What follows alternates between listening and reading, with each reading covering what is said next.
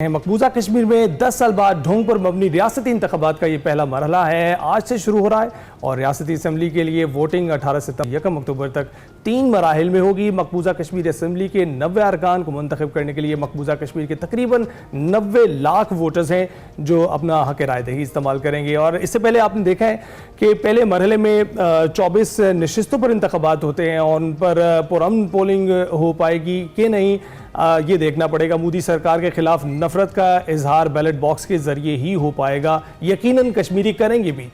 जून के इलेक्शन की तरह मोदी के लिए ये कितना खतरनाक होगा। इससे कबल मकबूजा जम्मू कश्मीर में आखिरी मरतबा रियासती इंतखाबात 2014 में हुए थे। जी हाँ, जिसके बाद फिर उसमें भारतीय वज़ीर आज़म नरेंद्र मोदी की जमात बीजेपी ने पीपल्स डेमोक्रेटिक पार्टी के साथ मिलकर हुकूमत बनाई थी। ताहम 2018 में ये इत्तेहाद टूट गया, जिसके बाद असम्बली को तहलील कर दिया गया था और 2019 में मोदी हुकूमत ने मकबूजा जम्मू कश्मीर की जो खुसूसी हैसियत है उसे ख़त्म करके उसे मरकज़ के ज़ेर इंतज़ाम यूनियन टेरिटरी बना दिया। जिसके बाद यहाँ जो तयशुदा इंतखाबात हैं वो भी नहीं हो सके थे और 2019 के इख्तिताम के बाद कश्मीर का इंतज़ामी मरकज़ी हुकूमत जो है मुकर्रर करदा गवर्नर उसके ज़रिए चलाया जा रहा है। और ये जो सारी सिचुएशन है इस पर हमने बात करनी है। बात करने के लिए हमारे साथ डॉक्टर जमील अहमद खान साहब मौजूद हैं, साबिक सफ़ीर। अस्सलाम वालेकुम डॉक्टर साहब, कैसे हैं आप?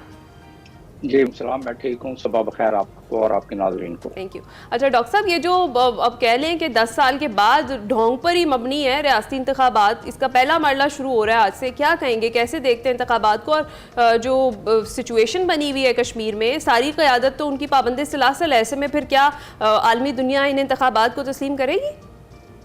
नहीं, इंडिया तो ये चाहेगा ना कि आलमी दुनिया को दिखाने के लिए तो इलेक्शन हो रहे हैं।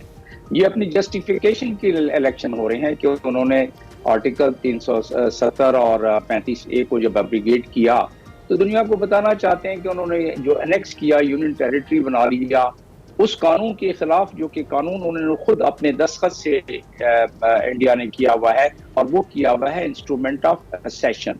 इंस्ट्रूमेंट ऑफ असेशन राजा हरी सिंह से जब इन्होंने किया तो उस वक्त ये बातें तय थी कि कश्मीर की हैसियत, कश्मीर की एक इंडिपेंडेंट आइडेंटिटी और कश्मीर के वो जो 3 शोबाजात के अलावा सारे शोबाजात उनके हाथ में, कश्मीरियों के हाथ में और उनके असेंबली में होंगे। वो 3 शोबाजात थे फॉरेन अफेयर्स का, डिफेंस का और कम्युनिकेशन का। वो भारत के पास, इंडिया के पास और उसके अलावा और कोई चीज़ों के पास। जब उन्होंने ये सारी चीज़ें ख़त्म कर दी मोदी सरकार ने, तो उसके बाद अब दुनिया को बताने के लिए 10-12 साल के बाद ये इलेक्शन जो हो रहे हैं, तो ये हकीकत में आपने सही लफ्ज़ इस्तेमाल किया कि ये ढोंग रचाया जा रहा है। क्यों रचाया जा रहा है ढोंग? कि तेगो तलवार के साए में ये जो इस वक्त इलेक्शन हो रहे हैं और उस इलेक्शन को इस जबर और इस जो जुल्म और आदि के साथ साथ इलेक्शन और साथ साथ यही नहीं किया बल्कि कानून चेंज किए, डोमिसाइल लॉ चेंज किया और उसके बाद उन्होंने डेमोग्राफी चेंज की।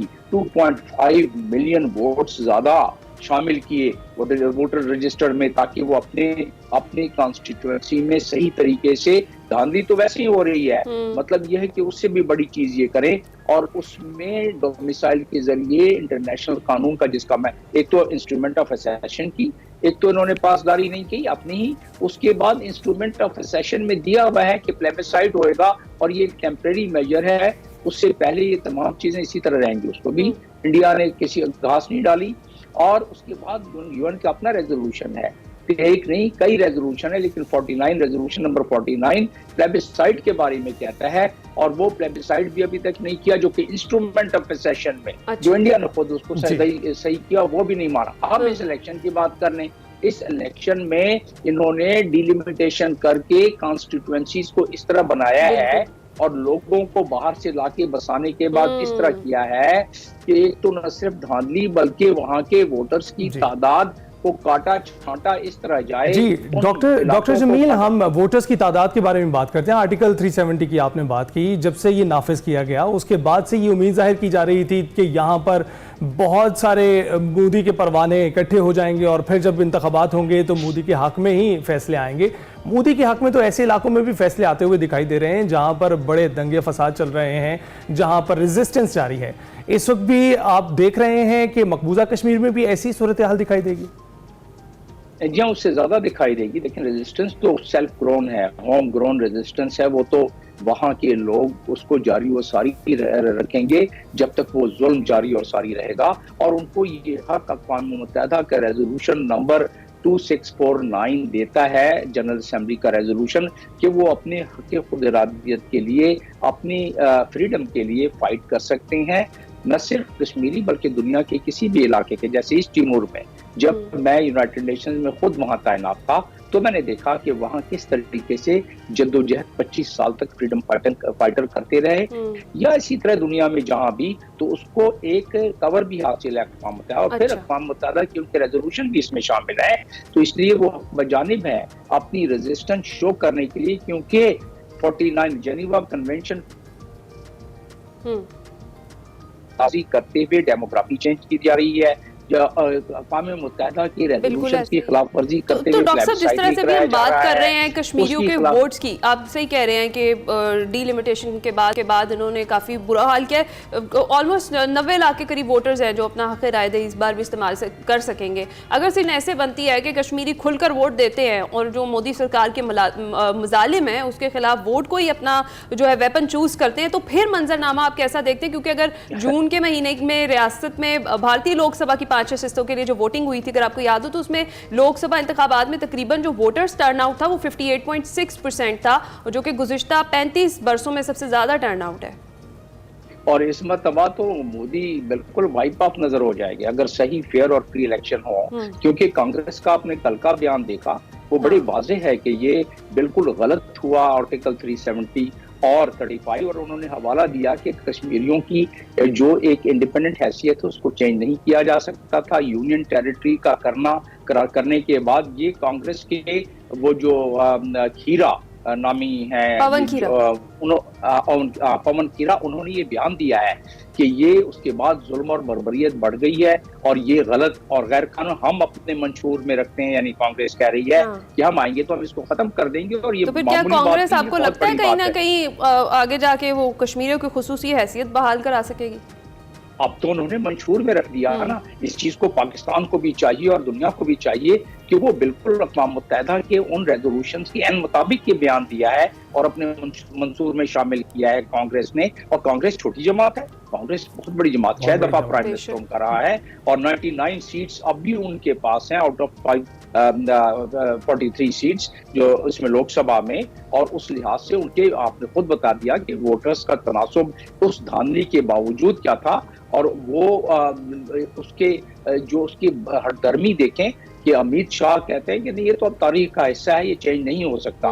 लेकिन इस वक्त जो आप कांग्रेस की, यानी कि उनके अपने अंदर से ये आ रहा है, उनकी अपनी सबसे बड़ी सियासी अपोजिशन पार्टी वो इस बात का अयादा कर रही है। तो मैं समझता हूं कि अगर फेयर फ्री इलेक्शन हो, और आज नहीं तो कल होने हैं, तो उसमें ये बीजेपी और ये सारे लोग बिल्कुल आपको भागते नजर आएंगे यहाँ से, और कश्मीर की हैसियत दोबारा बरकरार हो सकती है उनकी अपनी जद्दोजहद से। हम तो ज्यादा कुछ नहीं कर सके उसमें, दुनिया अक़वाम कुछ नहीं कर सकी कश्मीर की हैसियत। बिल्कुल। तो डॉक्टर साहब ये भी बताइएगा कि हमने देखा है कि आवाजें ना सिर्फ पाकिस्तान से उभरती हुई नजर आ रही हैं कश्मीर की हैसियत बहाल करने के लिए, बल्कि पूरी दुनिया से, तुर्की से आवाज़ें आती हैं, दीगर मुस्लिम ममालिक से आवाज़ें आती हैं, बल्कि बहुत से जो एक्टिविस्ट हैं जो हमें मुख्तलिफ ममालिक में, तरक्की याफ्ता ममालिक में दिखाई देते हैं, वो भी इसके लिए आवाज़ बुलंद करते हुए दिखाई दे रहे हैं।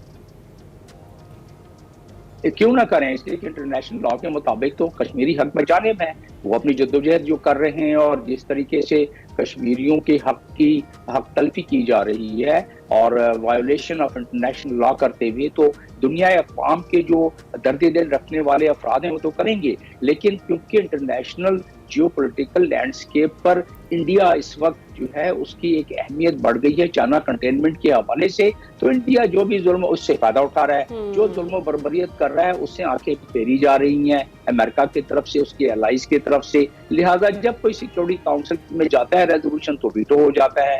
वो वही मसला है जो फलस्तीन के पूरी दुनिया सड़कों पे निकल आई है, लेकिन फलस्तीन को रिलीफ नहीं मिल रहा है। वही बात कश्मीर में है कि लोगों के जो दर्द दिल रखने वाले लोग, आप ह्यूमन राइट कमिश्नर की रिपोर्ट देख ले, उसमें जो उन्होंने दिया है आंसुओं और तस्वों के साथ जो उन्होंने रिपोर्ट पेश की थी प्रेस के सामने, वो एक बहुत बड़ी रिपोर्ट है। उसमें हर वो चीज शामिल है कि किस तरीके से जुल्म किया जा रहा है, किस तरीके से धांधली की जा रही है, किस तरीके से कश्मीरियों की हक तलफी की जा रही है, किस तरह से दुनिया की सबसे ज्यादा इंटेंस फौज वहाँ रखी गई है कश्मीर में, एम्प्लॉय की है, स्पेशल लॉ किए गए हैं।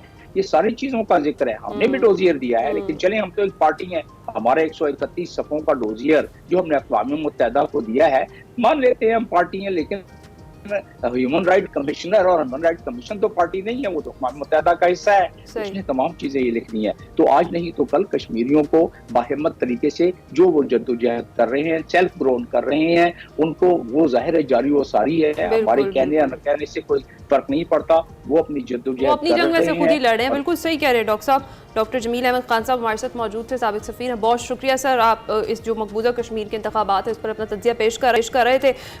वापस जो है ना पत्थर के दौर में मोदी हुकूमत ने पहुंचा दिया है कश्मीरियों को और वादी को छावनी में तब्दील कर दिया। ऐसे में जबकि सारी क़यादत पाबंद सलासल है, इन रियासती इंतखाबात की पता नहीं क्या हैसियत रह जाती है और आलमी दुनिया इनको तस्लीम भी करेगी।